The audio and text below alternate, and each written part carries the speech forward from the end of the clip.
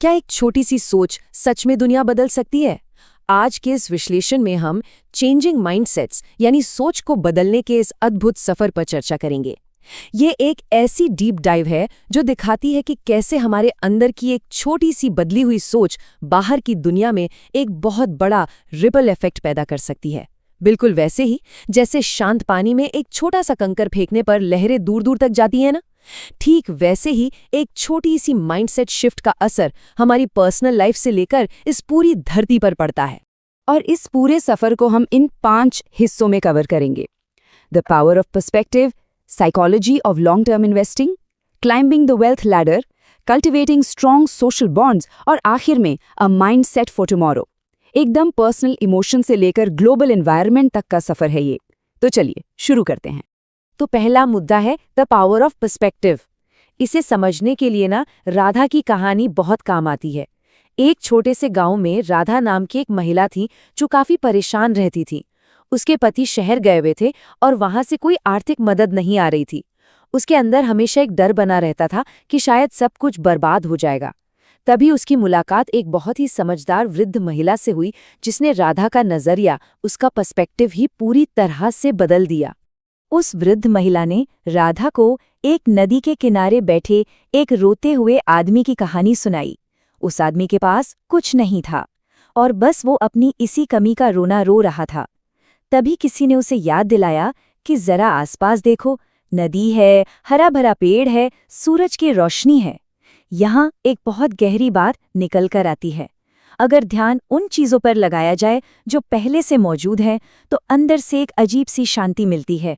एक रोते हुए दिल का बोझ तभी हल्का होता है जब ध्यान कमियों से हटकर लाइफ की ब्लेसिंग्स पर जाता है।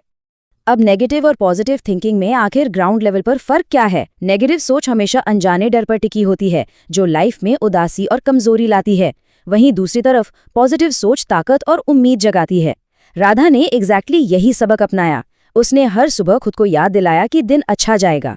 अब इस पॉजिटिव सोच ने कोई जादू तो नहीं किया, पर उसके दिल को एक ऐसी ताकत दी कि वो खुशी से अपना काम कर सकी और उम्मीद के साथ वक्त गुजार सकी। और पता है, कुछ हफ्तों बाद हालात सच में सुधर गए।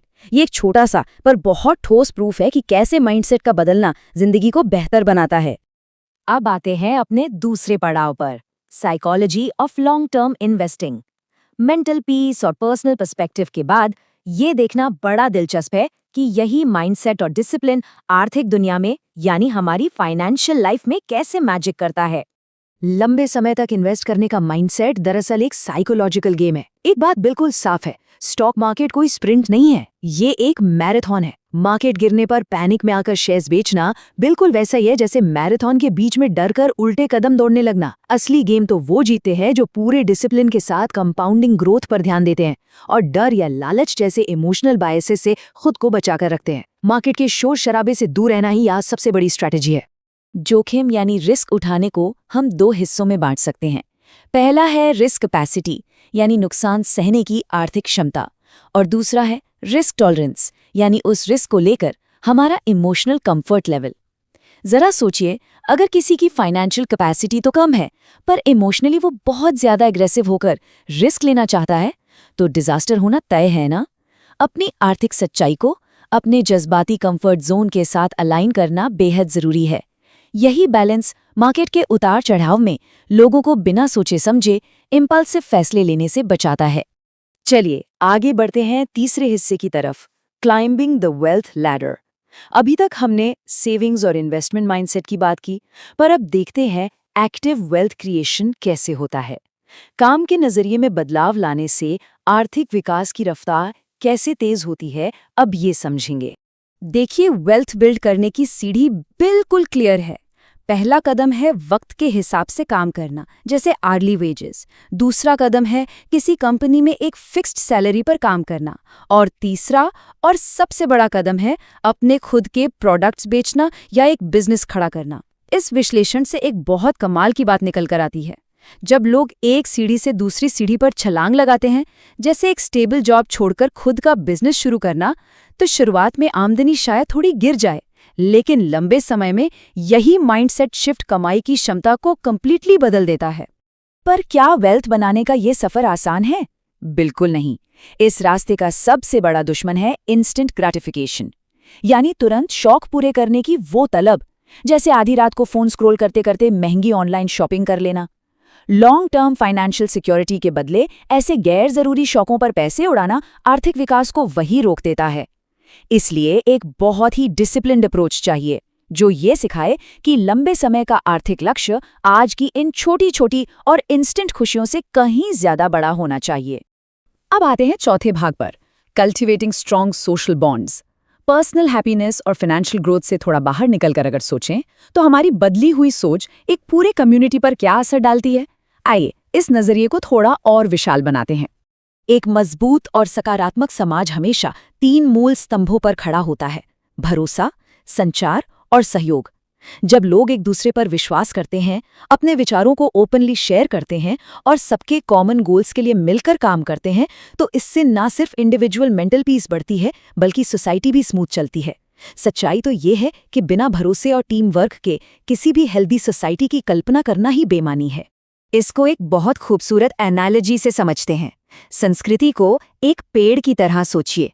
इस पेड़ की जड़ें हैं समाज के कोर वैल्यूज, इसका तना हमारी मजबूत परंपराओं को दर्शाता है और इसकी जो शाखाएं हैं वो उन त्योहारों की तरह हैं जो पूरे समाज को एक साथ जोड़ देते हैं। जब दया और पर्यावरण का आदर करने जैसे मूल्य इन जड़ों को पोषण देते हैं तो पूरा का पूरा सामाजिक पेड़ फलता फूलता है।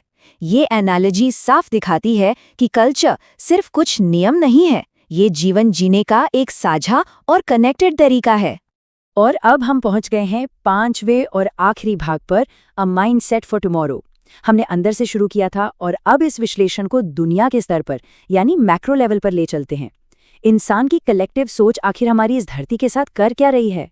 एक्सट्रैक्टिव माइंडसेट यानी प्रकृति से बस चीजें नोचने की सोच का भयानक नतीजा आज हम सबके सामने है।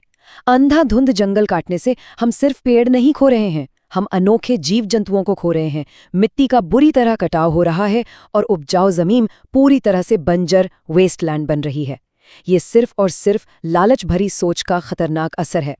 अगर इस धरती को बचाना है तो अभी के अभी कॉन्जर्वेशन की सोच आना सबसे बड़ी जरूरत है। तो फिर सवाल यह है कि एक सस्टेनेबल सोच आखिर दिखती कैसी है? फॉरेस्ट स्टुअर्डशिप काउंसिल के गाइडलाइन से एक बहुत ठोस सॉल्यूशन मिलता है। आम लोगों की सोच ऐसी होनी चाहिए जो पब्लिक पॉलिसी में मूल निवासियों के अधिकारों का समर्थन करे, और दूसरी तरफ बिजनेसेस को जमीन के प्रबंधन के लिए इन इंडिजिनस लोगों की समझ और अथॉरिटी का सम्मान करना होगा। उनका सदियों पुराना ट्रेडिशनल नॉलेज इस धरती की जड़ों को बचाने के लिए लिटरली सबसे बड़ा हथियार है। इस पूरे विश्लेषण को अगर हम एक जगह समेटें तो सफर के अंत में एक बहुत ही गहरा सवाल उभरता है। पर्सनल शांति से शुरू होकर फाइनेंशियल ग्रोथ, फिर मजबूत समाज और अंत में इस धरती को बचाने तक बदलाव की हर एक लहर हमारे अंदर से ही शुरू होती है। तो आज सबसे पहले ऐसी कौन सी सोच बदलनी चाहिए जो कर एक बेहतर दुनिया का निर्माण कर सके? एक बार इस पर जरूर गौर कीजिए। इस खास सफर में साथ जुड़ने के लिए बहुत बहुत शुक्रिया।